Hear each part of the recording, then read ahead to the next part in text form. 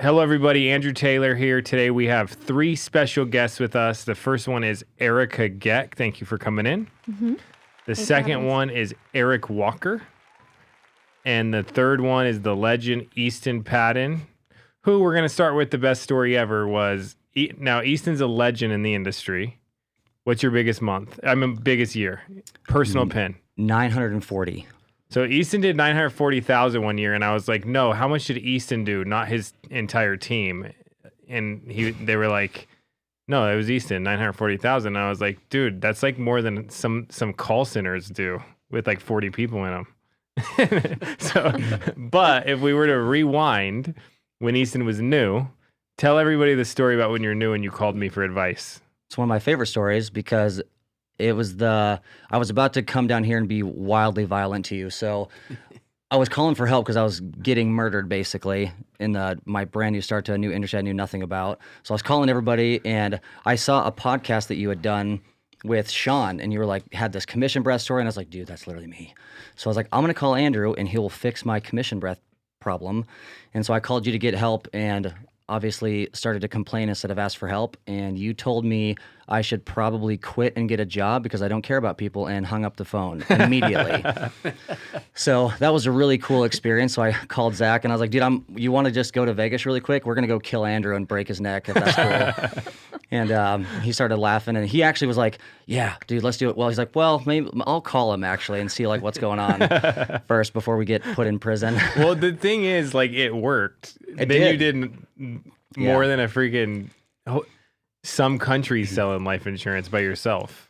Well, that part's just a work deal, dude, and great mentorship. Like, I had a nasty schedule that like Zach helped me set up. And so that took care of it. Well, I was just talking about this yesterday. My biggest sales year when I did 940 grand, my closing rate was 43%. That's crazy. Dude, I always said your guys' team with Zach is like the 300 movie. It's like, you don't have to have that many of you, but most of you guys you are in really good shape, and you sell a ton of insurance. So if you were to take your 100 and put them up against like another 2,000, you guys might actually outsell them. It would be depending on what group, but we did get actually pretty lucky, where we sometimes you just like show up enough and you find really good people, and that just felt like because we were so consistent showing up, all of a sudden you start bumping into these like really, really hardworking people that aren't special, but they're insanely coachable. Yeah. So some of that is like lucky timing too, dude. Well, if you're working hard, you get lucky.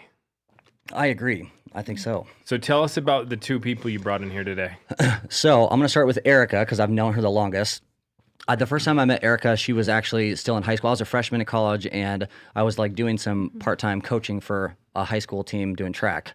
So I met her briefly there because we had a similar coach that had helped me a little bit too. And we went to college together, and she was one of my college teammates at Carroll, this little school in Montana. And what did I start recruiting you like 2 years maybe before you started? Like 2020, and then I flew out to convention in 2023. 22. Well, 22? we talked December 2022. Okay. And then I think that's where the thing, like, timing's everything. And it was just the timing thing. And then I came out to convention in Miami before I decided to join. And then I went to Miami, and I was like, okay, yeah, this is the right move for me. And Erica's got a huge network marketing background, so I knew that she was a monster recruiter. And would you have a team of 10, 11, 12,000 or something like that? It was no, huge. I mean, not that big. Oh. I had like 890 people on my team. Okay, so 890 people, which is still like 3 times as many people as I have on my team currently. So obviously, I know it's different business structures, but I knew that Erica was a recruiting powerhouse and really good at like culture building and team building stuff. So I was really excited when she finally decided to give us a shot and come and sell with us. Mm-hmm. Legit. And what about Eric? And then Mr. Walker was a connection that Eric had made through our buddy Jordan. So Jordan works here too, and he's still like doing some time splitting because he's doing solar and this. And so that's how Eric and I got connected, was through a mutual contact through Erica. And then he was able to make it down here. And dude, he's comes from a solar background and basically just been crushing it the last few weeks. So I really wanted to have him in and kind of talk about what he's up to. Awesome, man. Cool. Well, first of all, I want to say I always hated the idea of multi-level marketing. Okay. And I would have friends and they'd be like, yeah, I have 28,000 people that I recruited in my downline and I make like $500 a week in overrides. And then when I got into insurance, I was kind of in denial. But this is multi-level marketing, kind of. But the only difference is you don't have to recruit anybody. You can go sell $920,000 of insurance and not recruit anybody. But if you want to recruit people, there's a lot of similarities. You recruit people, you get overrides. But the thing that I found that was different was like when we had 150 writing agents, we were doing $1 million a month in premium. 150 consistent writing agents and $1 million a month in premium. If you have a 10 or a 20% override, you could do the math that it could be a significant amount of money. Now you have chargebacks, cancellations, debt, all kinds of other things. So it's never as good as it sounds, but it's good, right? Yeah. So when I noticed like, wait, with 10 guys, I can make how much? So you coming over from multi-level marketing, did you notice that same thing? Oh yeah. I literally me and a couple girls who, came over were like, can you believe that you used to stay up and hustle and grind? And some people, I mean, they were literally grinding for $500 a month. And that's a phone call for us, which is crazy. And then yeah, you start doing the math and I'm like, if I had 800 people. Oh, forget about it. It's stupid. And just, I mean, I'm a big numbers person. So doing my numbers and my math, and I'm literally what I make here monthly, extremely part-time is what I was grinding, working full-time for a month. And that was working full-time. And here I'm making that super part-time. And that's, not even a portion of. But you really have 3 jobs because you're a mom. Yes. Of 2, yeah. which that equals 3 jobs, right? Yeah. Yeah, at least. Well, you never get to turn off parenthood, which yeah. I don't know how people like Erica that are slinging 2 kids full time, and running a business simultaneously. It is a crazy amount of work that goes into that. So I love having the people like Erica that can kind of do it all. I don't know how the time balance is very, very impressive, I think. Yeah. My favorite thing in the world is seeing a single mom figure this business out, which not single mom is amazing too, but a single mom where it's dude, this makes the biggest impact in the world on them. But anyways, for all the moms out there, yeah, how do you manage being a mom, selling insurance, building a team? I mean, it's definitely been a learning curve and adjusting as I go for sure. So I just had my second baby. He's 3 months old, and honestly, he has worked by my side the last 3 months. And then with my first son, it was the same thing. I definitely utilized he was on a wait list for preschool, and then we utilized a nanny, which has been a godsend for us for sure. But I think it's just finding the balance. And I think it was Caitlin's on your team, right? Yeah. Yeah. I watched a video of hers because she was also a nurse, and that's what I was too. So she's inspires me so much. But she says, when you're working, you need to work. And when you're a mom, being a mom, which I think that's easier said than done sometimes. But I had to take that realization of okay, but I can't let being a mom hold me back either. So my son can learn from me and be yeah, mom works really hard. And so like now he's only 3 and like he'll get on and he's like, I'm working like mom. Like he's like, I get to work. So I think it's just like balance of like buying your kids in to what you're building too. And then also just like truly drilling down a really dialed in schedule. And that no joke has taken me, I mean, honestly, up until like, I mean, I'm going into my 3rd year now. I just hit my 2-year mark. And it's taken me 2 years to kind of like find that balance of like, I was working 2 nursing jobs plus being a mom plus doing insurance my first year. Then I dropped my nursing job and was just a nurse at very per diem, a mom and insurance. And now I'm just like, I dropped all my nursing jobs and now I'm just insurance. So I don't know. Yeah, no, that's good. So you're slowly actually just getting better. Yeah. And figuring it out more. Yeah. And just really, I guess, doing the math of like, it really is just all math. Like if you can dial in your schedule, dial in your lead flow. Reverse engineer the whole thing. Yes. Which is what I did with ChatGPT. Yeah. I just use ChatGPT for, I'm Atlas's baseball T-ball coach and AC's T-ball coach. Mm-hmm. And ChatGPT made the first schedule because I had never coached 3 and 5-year-olds before.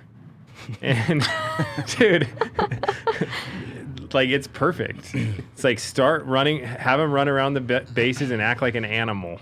Like that's easy. It's like do Simon Says to get their attention. Like Simon Says, touch your nose. Simon Says, go run a lap, you know? That's awesome. And it works. Dude, ChatGPT is amazing.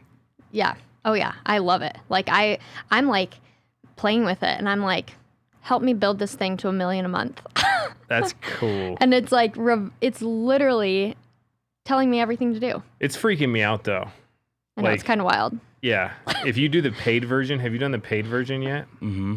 Bro, make anything for you.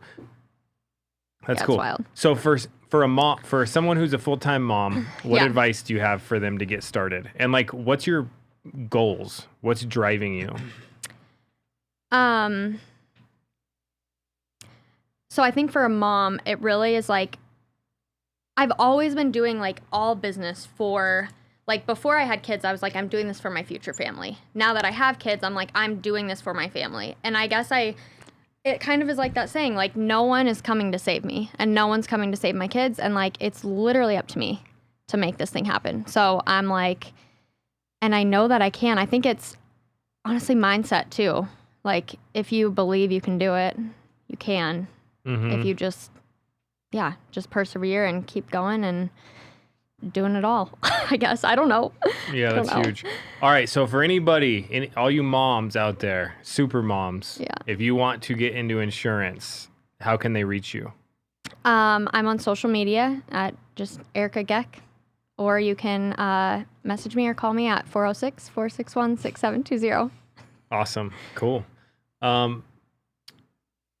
Multi-level marketing. Easton, what do you say if somebody says, is this multi-level marketing? I'm like, it kind of is. The biggest difference between true multi-level marketing and what we do is kind of what you were talking about earlier is if everybody quit tomorrow, I can get myself paid. Mm-hmm. And the only way that this thing works is if you actually teach people how to make money. It's not, and I'm not, trying to be mean to like the lotion and soap people or whatever, but you don't have to like force your friends, family, contacts to, hey, I need you on a reoccurring order of my soap so that I can get money. Mm-hmm. It's like, here's the platform. You can earn however much that you want to sell.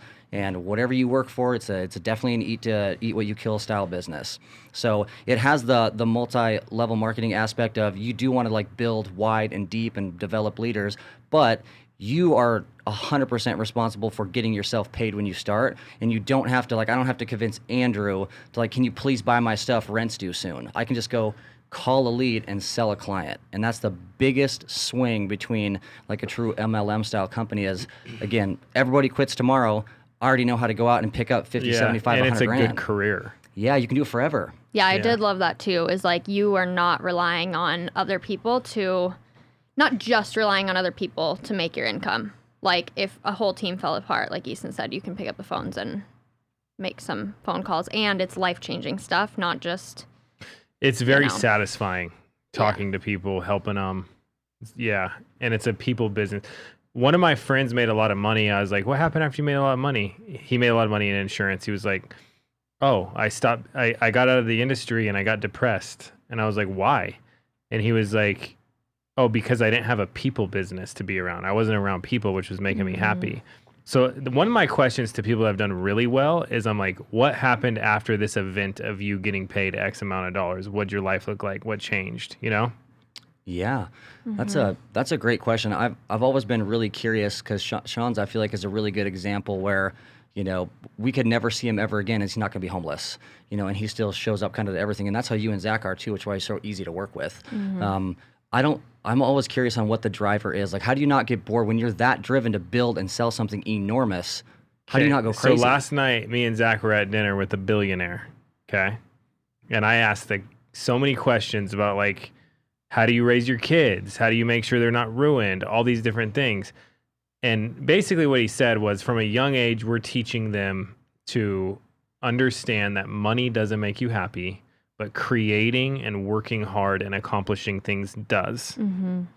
So they're trying to use sports and business to get that fulfillment. So I was like, that's pretty cool. You know, that's really cool. Awesome. All right, back to the multi-level marketing thing. When people ask me, I just go, I think it is, but you don't have to recruit anybody. But do you care if you could make good money? Do you care? Yeah, no. And then if they say, usually they say no because they'll be prideful. Like, I don't care what people think, but really everybody cares what people think. Yeah. But then I'll go, check out these deposits. And then they'll be like, oh. And then they're like, you get paid that much money? I'm like, well, not everybody. Some people don't make any money. Some people lose money. But for people who have they like business and they want to be self-employed and they want to work hard. Yeah. So I don't know what you call it, but does it matter? That's a good point. I don't know. I don't care what it's called. Well, it really doesn't matter. And it's cool because, like, you're a good example. You can go, here's what I made by myself. Like when you were you know, multiple time Hall of Fame producer, like here's what I went out and got myself.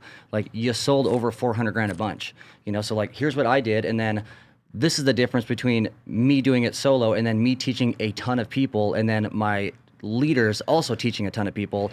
Look at the difference. But I got paid both ways. This one is just significantly larger. So you do have both the results of I went and got this, so here's what that looks like, and then here's what it looks like when you teach a bunch of people to also make money with you. And that is, I also think that's the biggest swing between multi-level marketing and having a kind of a multi-level marketing style, but it's you have to teach people to get paid or it doesn't pay the business, which I think is cool. That's huge. Cool, man. All right, so Eric, X Solar? Yeah. Tell us about that. I started off my sales career doing alarms door to door, and then I did that for about a year, and then from there I transitioned into solar. And I did solar for about the past 5 years until I recently met Easton, and then kind of made the transition out of solar into insurance. So give me your solar pitch if you knock on my door. Oof, man. I was running a setter closer model. I was doing a lot more of like the in-home closing, but as far as like a knocking on your door. You started as a setter. Knocking on your door, it would go just along the lines of knock, knock. Hey, Andrew. Or I guess it's Andrew, right? Yeah. Hey, Andrew. I'm Eric. I'm just out here working with a couple of the neighbors. You probably see me walking around, talking to everybody. What we're out here doing is in regards to these raising, or I guess in regards to these notices that everybody got in their mail. You probably saw this yellow flyer, and then I hand you the little laminated slip that we had. And is that notices of from the electric company going up? You probably got this notice in your mail from the electric company of the rates going up. This is what it's going to look like over the next couple months. My job's super simple. The reason I'm out here is just to see if you qualify for any of these government incentives that help put these panels up on top of your roof like a lot of your neighbors have. What stopped you before from putting those up on the roof? And then we get one of the objections out of the way. And then from there, it's just a cool. Like I said, my job's super simple. I'm just here to see if you could even qualify for a program like this. So what we're going to do is just take a look at your bill and then kind of go from there. Transition into the house and closing them up. Legit. Now, what made you want to get out of that? Regulation changes, industry shifts, a lot of moving parts. I'd say the main one is the amount I was traveling. I'm married and I live in Utah with my wife, and I was traveling to California for like 2-3 weeks at a time every month or every other month. So it was a little rough. On top of that, it was just a lot of factors of who, I don't know, it was just a lot of parties involved with actually getting the deal done, getting the glass put on the roof, and getting paid at the end of the day. Same with real estate. It's like you got escrow, you got 30 days. I got this property in Vegas that I'm kind of new to Vegas, and I am flipping houses, and I bought one in the wrong area, which I didn't know was the wrong area because in the daytime, it looks like a nice area. I close escrow, go over there. There's a dude walking out of the house with a baby stroller with a dog in it. Oh my gosh. And then the cops roll up and arrest him for having 2 guns and a bunch of pills. Right? Ooh, I have a picture of it. Then open the kitchen cabinet and there's a clip for like 2 AR-15s fully loaded. Like, dude, I just bought this house in a war zone. That's and insane.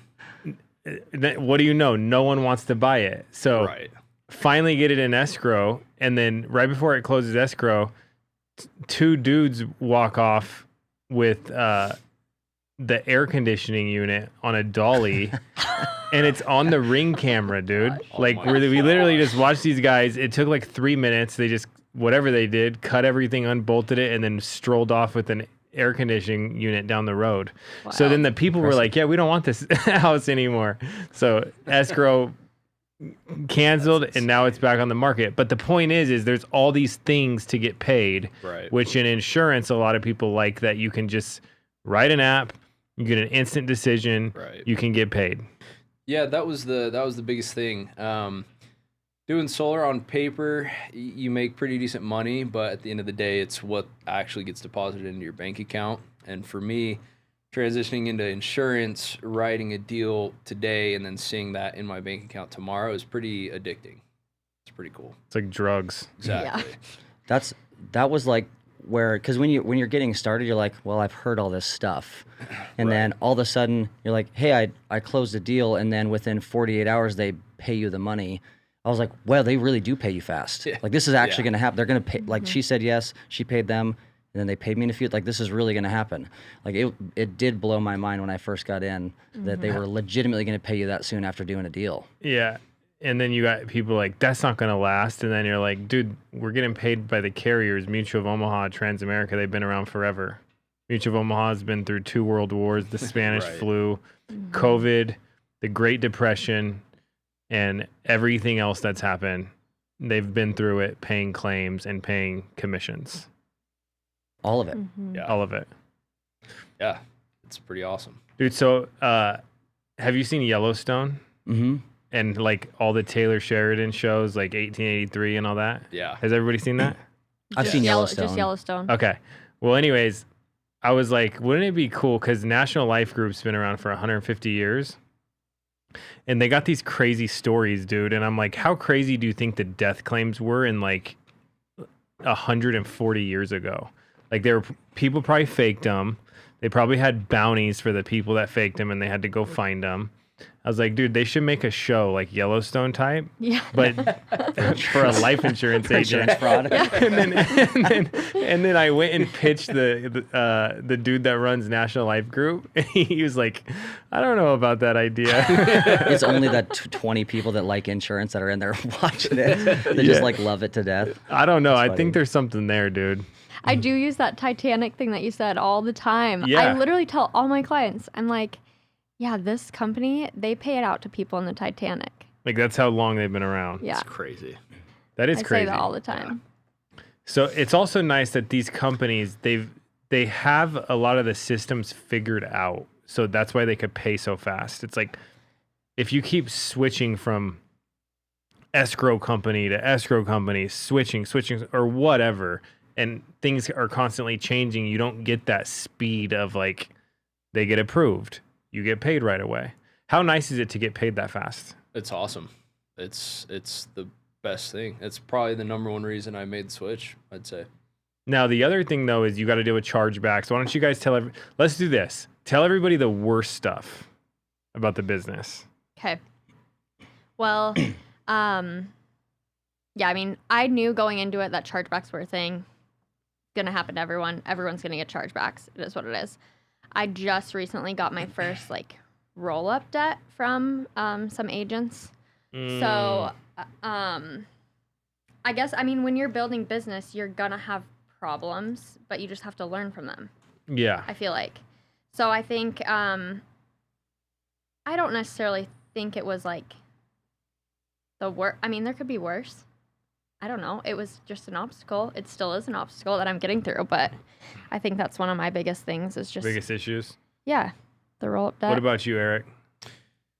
I mean, I've been doing this for maybe 4 or 5 weeks now, and I'm seeing a lot of good stuff here. Buckle up. Yeah, well, it's been pretty awesome. I haven't had any chargebacks yet. I'd say the one thing that I was talking to Easton about this yesterday is different and like kind of intimidating is spending money on leads. Which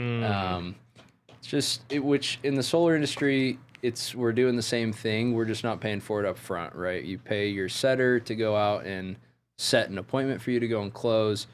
The difference is that it comes out when and if you get paid, 3-4 months down the road.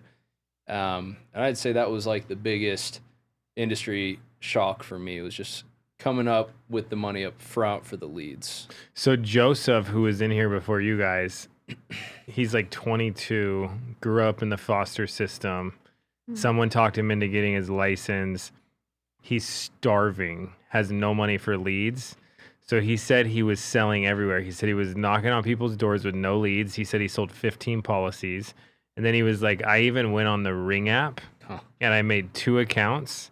And on one of them, I put, does anyone know someone that's good at life insurance? And then on the other account, he put, yeah, call this dude Joseph. Here's his phone number. That's awesome. That's creative marketing. Dude. So That's pretty awesome. You don't have to have leads. Right. But if you want to do consistent, high level, predictable. Yeah. Right? For sure. Yeah. But I actually have a dude on our team who stopped using leads, and he only sells warm market now. But like he goes to networking events all the time. He recruits people, and then he sells the people they know. And then he teaches them to recruit people, and he sells the people they know. And he's killing it. Like that actually does still work. Just not my thing. This is the best part about the insurance business is having an inventory system in place where it's like a premier option, I think is huge. Because if you have control over your inventory and a constant, list of people looking for what you're selling, I think it solves a lot of problems as far as like control of your income in your business. But our rule, that this is what I had a really hard time with early, was if somebody finds something that works for them and they're doing well, don't mess with them. Like if people want to post on Facebook to get leads or share something on Instagram to just get leads or go to networking events or show up at apartments uninvited, whatever. Or do all of it. Who cares? So this other new agent, he works leads half of the day and then he calls warm market for 3 hours every day. Wow. I know. I'm like, that's pretty cool too. Yeah. Yeah. But I'm a lead junkie. I said in the meeting yesterday, I've always been addicted to leads like drugs. And then I was like, it kind of sounded like I said I was addicted to drugs. But I was just talking about leads. Like I love getting leads. Right. Yeah. Because I have people to talk to. Yeah. I think I'll tell you one of my biggest like issues, and this is something that when you're getting into like trying to become an elite person that's closing insurance business, whatever you want to call yourself, the leaderboard watching and trying to like compete for what's on a report instead of what you keep. Oh my gosh. Was a nightmare, dude. When Jake, Steve, and I were trying to like go at who was going to be the top guy selling in the company that year, anyone that's down to go 5, 6, 7, 800, $1,000 a month, and they're like, I'm pretty sure I might be able to handle that. And you're like, perfect, let's nail them down. And so now you start over closing without downselling people into affordability. Dude, that's when I was like, every month I already knew I was going to eat 25 or 30 grand in chargebacks every month, because I'm hard, heavy closing, big premiums with everyone that I got in front of always. And so, yeah, you're selling a 100, 120 a month like all the time, but what if you just sold 70 and kept like a lot more money and didn't have the stress of like eating business that you're overselling? So when we made that adjustment, our agency's persistency the last 6 months was 91.5. So bottom line, dude, don't compete with other people just to look cool. Doesn't make any sense. It doesn't make any sense. Compete with yourself, get better, do what's best for your profit. And the clients, dude. And the clients. Because if they agree to get oversold, because when you're good at your job and you're good at negotiation, convincing people that it is a necessity and it'll benefit them, they might buy in early and then have remorse in 24 hours.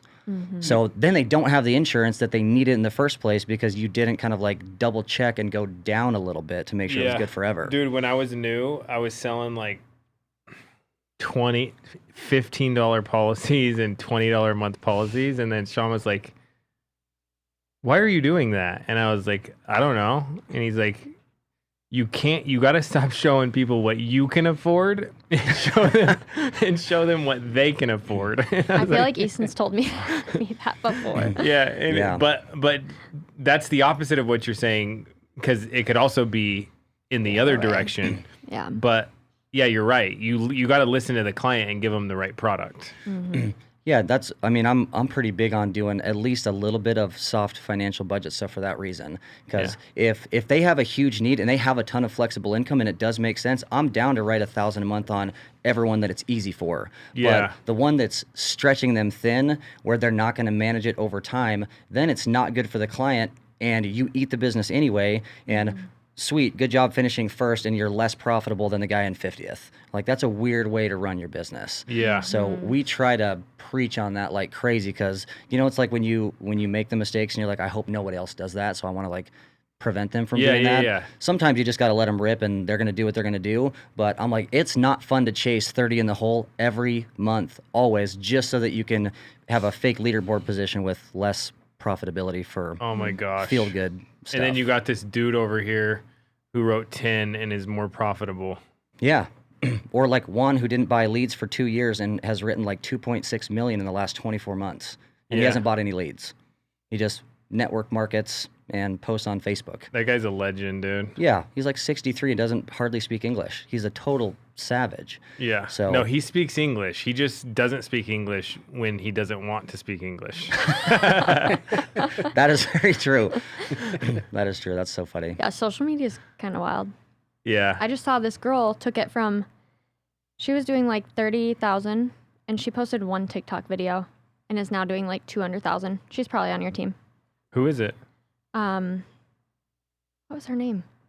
Nicole? I think she's on, no, she's on, she's like best friends with Marissa Mazziotti. Dude, how about the company's getting so big, this dude didn't know who Sean Mike was yesterday. He was like, Sean was talking to him, and the guy goes, who are you again? That is crazy. Dude, the company's just exploding. That's funny. We used to know everybody. Anybody that sold 30 or more, like I knew everybody. Like I knew their name, I knew their story, I knew where they lived, I knew whose team they were on. And now I have no idea if you do 30 or 150. Like I cannot keep track because there's so many really, really high performers. It's awesome. It's really fun to grow with the company. Wow. Legit. Well, I appreciate you, Easton, because you're an animal. Yeah. Last time you were out here, you made me do your schedule. Ice bath at 3:30 in the morning. You did an ice bath too. Yeah, Erica came out. And then by noon, I was like, dude, how are you awake? And he's like, take some more pre-workout. And I'm like, dude, I'm going to have a heart attack. It's just caffeine. So before we get off, dude, so these two are some of my favorite people because not one time has either of them ever complained to me. And I know that Eric and I haven't been working together a super long time. insanely coachable. Like, hey, what should I do? What should I do? What should I do? And then coming out to an event, he doesn't live here, made no excuses about getting down, is a brand new agent making the trip. Erica's got 2 kids, dude, and still is making the trip all the way from Montana down to here to like get a part of something and learn. So it's like 2 of my favorite people that I get a chance to work with because they're relentlessly humble, you know, which I love to work with people like that. And then not one complaint, dude, since I've been around these 2 ever. Obviously, I know Erica What about all a the time. problem? There's a difference between a complaint and a problem. Big difference. So we'll hash out any issues or structure or schedule or leads, whatever. I'm all about that. But the negativity is what I've never, ever heard between these 2, which is why they're so fun to work with. So I'm really excited. Yeah, dude, it's a huge difference maker. I think Sean was talking about Fire Friday and how important that is. Yeah. You could talk about today too. Today, yeah. Yeah. I'm like, dude, if they're negative, if I don't have time for it anymore. I don't want to be around it.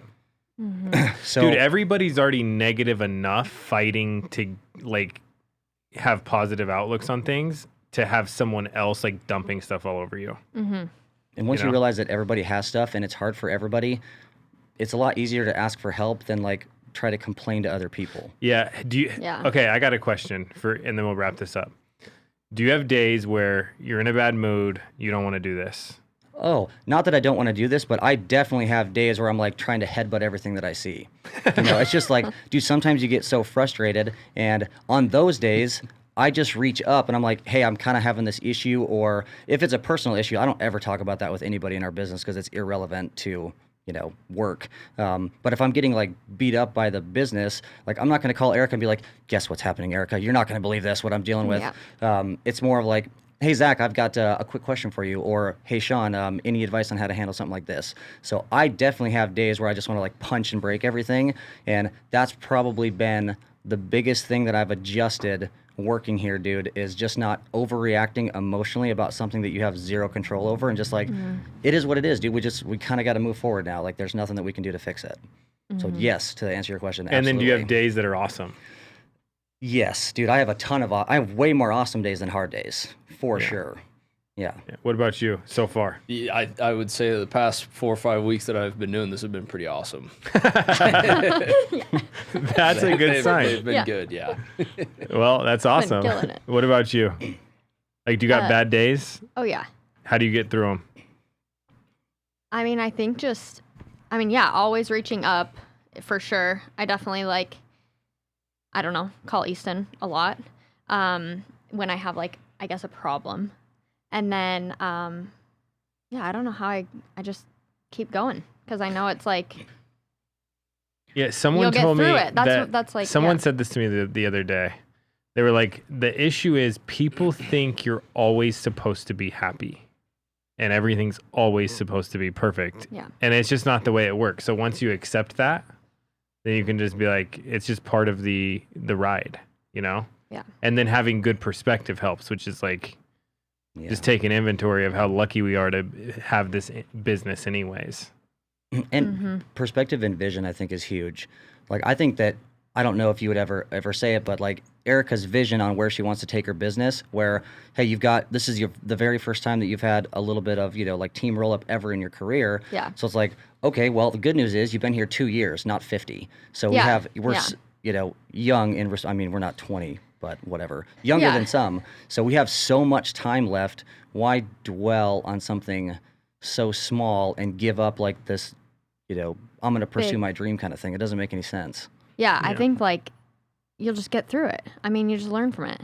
Yeah. And you can just keep going. And today I was looking at your uncle and I was like, it's so crazy. Like, sometimes we try to go so fast that I guess for me, I'm I just want to go faster. But also, I look at your uncle and I'm like, I still have 30 years in this. Yeah. Or we are just getting started. Dude, all of us. So my uncle, he was talking about it today. So he's doing 75 hard. He lost 20 pounds. Yeah. Or more. And then he stopped drinking. And he was talking today how in his industry, you come home and you drink, you go to work and you drink. That was a huge part of his life. And then his wife the other day was my aunt was like, oh, like you guys have been a good influence. Like, look at this change, which is super cool. Mm-hmm. Like, just to get people in an environment where they can kind of get out of things that are not beneficial to them, Yeah. Mm-hmm. It's pretty dope. Yeah. All right. So, Eric, how does somebody reach you if they wanted to work with you? They have solar sales. And anybody watching this, if you don't want to work with Easton, you're crazy. Dude's a legend. Yeah. Well, seriously. Yeah, I'm on social media. It's just at Eric Matthew Walker. Yeah.